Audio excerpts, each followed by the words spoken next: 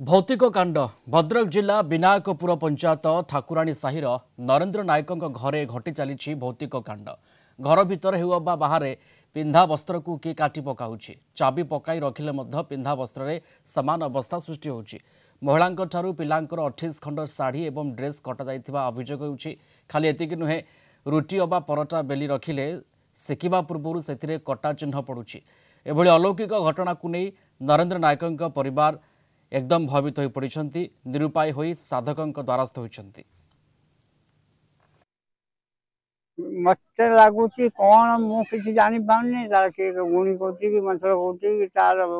भगवान दंडुच मुझे जानी पाऊनी जे साई भाई सब भी जोड़ी सी भी देखुं आम ड्रेस आ लुगापटा एमती कटाला 20-22 दिन है 2 खंड लुगा कटिला ब्लेड पात खसला खसला जमी आम से ब्लेड पात कौन खसले आम बापा आम हूँ घरे लोक अच्छा सी सब कथा जे माने कौन एमती घटना घटुची आम गोटे आलोचना करिया बाहर जो धोईकी सुखिले भी सेठी कटुची तापर भी से माने गडरेज रे घर रूम भितर रखिकी चाबी देला परे मध्य अचानक से गुड़ाक घटुची।